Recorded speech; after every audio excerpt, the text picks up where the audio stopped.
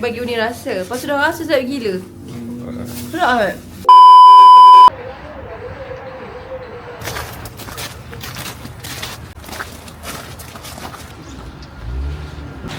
Okay, semalam snowy. So hari ni dia cerah sikit. Cumanya sekarang ni nampak tak kotor. Tu dia lah. Morning. Inilah suasana dia. Tu kita polis yang tua kat sini. Dia ni masih lagi. So kalau dia cair nanti, so dia akan jadi macam ni. So yang ni sangat licin. Ni kita panggil dia black ice. Black ice ni kalau lama-lama dia jadi busuk sikit. Tapi ikut negara lah. Kalau kat sini macam tak ada bau busuk. Sedap dia.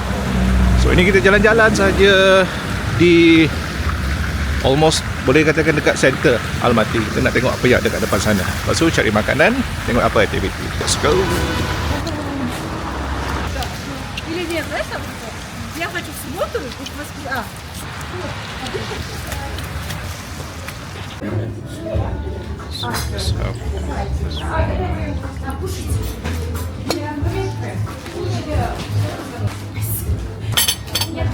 Ini cili memang tak ada.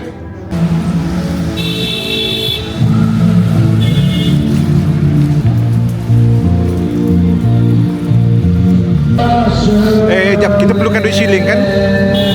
Kita perlukan duit shilling kan? Bagi ya?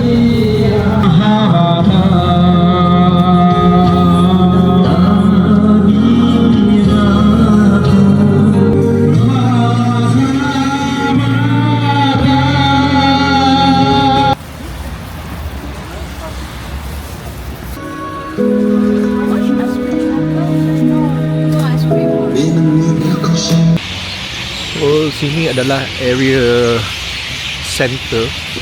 So kat situ ada Novotel, ada Ibis Hotel.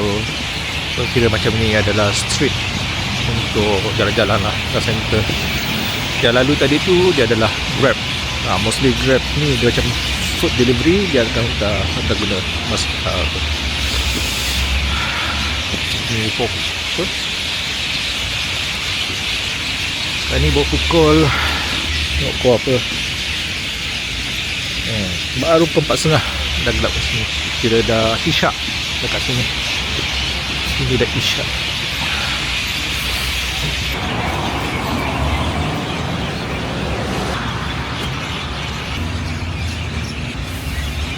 That was big stuff. Big stuff. Like this? Rasa, dia bagi Uni rasa. Lepas tu dah rasa sedap gila. Sedap kan? Anti ni baik. Kedai dia macam ni. Yang anak dia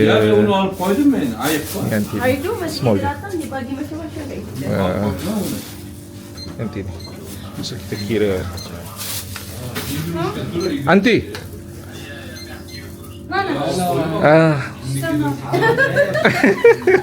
Dia pemalu. Hari ni kita jalan seluruh bandar Almaty ni. Kita pergi semua mall dia. Lepas tu ni kita beli barang-barang nak makan, buah-buah. Tapi Uni sakit tekak. Rasa Uni membengkak sebab sejuk sangat kot. Bafi dia tak habis-habis. Kenapa tau? Sebab semalam ais dia seronok lah. Tapi bila mana ais dia dah cair, dia jadi licin tau. Sebab tu orang kata kalau negara bersalji ni bahaya untuk orang warga emas. But I bukan warga emas lah. Sebab dia licin. Bila mana hari dah kedua ni. So kena careful lah. Kau setakat warga emas. Mama warga diamond. Bukan mama warga emas. Maksudnya kalau orang-orang berumur kan datang kat sini ataupun orang memang dah berumur duduk kat sini. Mama dah warga lain lah. Bersyukurlah duduk kat Malaysia. Mama warga apa? Warga Planet Wari. Oh my god, you wash already? Tak cuci. Budak bertuah ni.